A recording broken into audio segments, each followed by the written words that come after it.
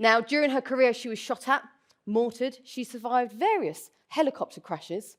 Standard day in the office for many of us with our back-to-back meetings. More on that coming later, but it does show that she knows a thing or two about performing under pressure. She has got so many learnings from the battlefield. Now, while they're from the battlefield, they are instantly transferable to your business, and these lessons work. Here to talk to us about how you can gain a competitive edge under fire, please give a huge welcome to Sarah Furness. Baby, you can find me under the lights, diamonds under my eyes. Turn the rhythm up, don't you wanna just come along for the ride? Oh, I tell you what, when you hear that intro, I sound quite impressive. Maybe it's just me. Actually, in all seriousness, you're the impressive people, because when I left the Air Force, I started my own business, and I got into the world of selling. And it's tough, isn't it? You've got to be ultra competitive, you've got to be ultra responsive, and the customer expects to extract as much value from you as they can. And I get that, and that's a lot of pressure. And that's where I come in. Because what I discovered in my 21 years in the Air Force is that how we perform under pressure is not a mark of our character. It's not something that we're born with. It's something that we learn. And it's something that I can teach you. In fact, I'm going to share a secret that I discovered that could revolutionize how you work and how you do business so that you can give unbeatable value to your customer under fire, because that is ultimately how we do great business. So let me take you into my world. This is filmed from the jump seat of the Puma helicopter. This is the aircraft that I flew in the RAF, and we're flying down a valley in Morocco. You can probably see we're about 20 meters off the ground here, and I'm flying at 140 miles an hour, so I'm having to bank the aircraft fairly aggressively at times to stay within the confines of the valley. This is called low flying. We practice this so we can sneak up on people. It's also terrific fun. What happened next wasn't quite as much fun. There was an almighty bang, and the canopy shattered, and the cockpit got incredibly noisy. We'd just hit high-tension electricity cables that were strung across the valley. These cables are invisible to the naked eye, but they're carrying 750 kilovolts of power. And I now imagine that these cables were wrapping themselves around my tail rotor and that I was going to spin into the ground and die. And I clearly remember thinking in this moment, this is how I'm going to die. And I remember feeling oddly comforted that it would be a quick death. And what happened next is important. On the left-hand side of the photograph, you can see the outline of the flying helmet of the captain of the aircraft. And he said these words, "Fly the aircraft, Sarah." And just like that, my attention was back in the cockpit. Now that's the clue to the secret. Because where was my attention just before he said those words? What was I focusing on? Death, yeah. How helpful is that? Not very. Where did my attention need to be in that moment? Flying the aircraft, you got it. Because, and here comes the secret, our attention can only be in one place at a time. Our attention can only be in one place at a time. But how often is your attention in multiple places? How many of you think that you should be able to multitask to get more done, to win more sales, to do more business? Maybe you secretly think you're good at it. Well, it's a lie. Because our attention can only be in one place at a time, when we're multitasking, what we're actually doing is task switching. So you know when you're at a dinner party and you're trying to listen into a couple of conversations, you actually have to tune into one and then the other, and you inevitably miss the really juicy bit. Now imagine that's your customers you're switching between. You're playing the numbers game and you're simultaneously pursuing lots and lots of leads. Well, you're going to miss things, and it will show.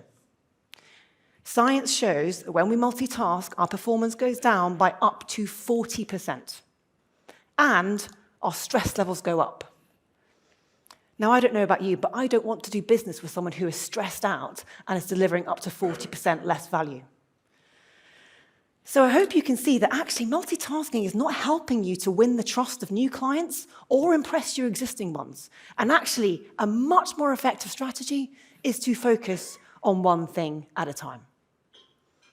It turns out Seneca is a go-to for speakers at this conference. And obviously, in the world of sales, that's focusing on one person at a time. Now, I know that that idea is untenable in sales, right? We're ingrained with this idea that we've got to be immediately available to everyone all of the time. And that is exactly why your competition won't bother. And they will continue to be stressed and deliver less value to their customers, which is shit for them, but great for you.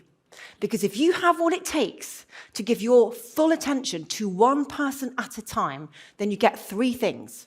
First of all, your customer feels truly heard. Secondly, you can actually understand what the real problem is. And thirdly, you can correctly identify which products and services will solve that problem for them. And what you end up with is unbeatable trust in your products, in your services, and in you. So commit to giving your full attention to one person at a time. And of course, that means you've got to pick one, right?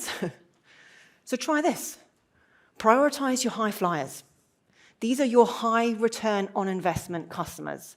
So maybe they're the ones that give you lots of business. Maybe they're the ones that help you attract new business. Maybe they're just great to work with. And it's great to see some of you here today. Thank you for coming. And make sure, by the way, that they know that they are your special customers by giving them your undivided attention. Now, I'm not saying you ignore the other customers, clearly, but it's a good idea to start by identifying your high-value customers because these are the ones that are making your business fly. Now, truth time. If you are giving all of your attention over here, you're giving no attention anywhere else. And that feels risky in sales, doesn't it? But actually, in my experience, people will wait if they know it's worth waiting for. And in fact, in their mind, they might not have been waiting at all. I am a solopreneur, okay? And I answer all of my sales inquiries personally because I want to develop those relationships directly. I also unitask religiously, which means I focus on one thing at a time for at least 20 minutes at a time. And during that time, I am not answering my emails. As far as I can tell, nobody has noticed. In fact, sometimes I have to make myself a cup of tea before I answer so that I don't look too keen, okay? So keep the faith. It is possible to do great business by slowing down and focusing on one thing or one person at a time. Now, my promise at the start was how to gain the competitive edge under fire. And in order to do that, we have to understand how the brain works under fire. This guy got it right. Who's seen this film? Absolutely brilliant. I'm a bit torn because I love Barbie and I love the Barbie theme tune. And I can't decide which one I love more. It's so difficult. But anyway, let's just all agree this is one of the best films ever made and also the reason that all pilots join the Air Force, okay? Anyone who tells you otherwise is lying. But anyway, there is the classic line that we all know in Top Gun. It was so good, they used it again in Maverick. It's not Take Me to Bed or Lose Me Forever, although that is great. It's if you think you're dead. Do you remember that? Yeah? You all need to watch Maverick again. You clearly need to get more current. It's if you think you're dead. Now, it turns out that is profound wisdom and incredibly relevant to what you do. Because the brain is not designed to come up with new or complex ways of doing things under pressure. It takes too long. So if you're waiting till the next time you feel stressed to go, I might try that prioritizing thing Sarah talked about, it won't happen, okay? Because it's not automatic. If you want to do this stuff under pressure, it's got to be automatic. And the way we make something automatic? Repetition. We train and train and train in peacetime so that when the bullets are flying over our head, we already know what to do. And you can do the same thing. Commit to prioritizing every day. Commit to focusing on one person or one thing every day. That means you'll have it to fall back on when you need it. So a couple of years after the Morocco incident, I was flying down a different valley, a bit closer to home. This is the Wye Valley in Wales. Anyone know it? Yeah. I was doing a simulated assault on Tinton Abbey, and I was the navigating pilot, so I was doing the map reading on this mission. And I'd learnt my lesson about wires and valleys, so I was scanning it for any obstructions, and because it was quite a windy valley, I was briefing the flying pilot on the course. So I was saying, okay, we've got, right through 150 degrees, we've got a village on the right-hand side, so we're going to bear left of the river, then we're going to go sharp left through 180 degrees, we've got 2 bridges to pop over, then we've got an easy left 30, and then bang! You're not going to believe it. Just hit wires. Again. But this time, I didn't think about death.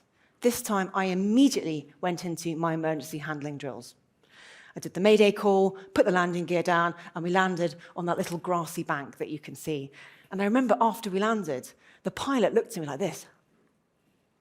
That was amazing. I was still processing what just happened. And when I looked around, you'd just done everything. How did you do that? And I said, well, I have had some practice at this. But that's the point, right? My brain already knew what to do because I'd done it before. The point is that this stuff works. And I may have learned some of these lessons in the cockpit, but they are absolutely transferable to your business. And what's more, you can train yourself to do these things under fire.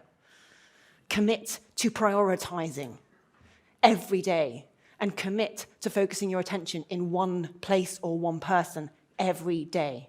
That is how you gain the competitive edge under fire. Thank you and good luck.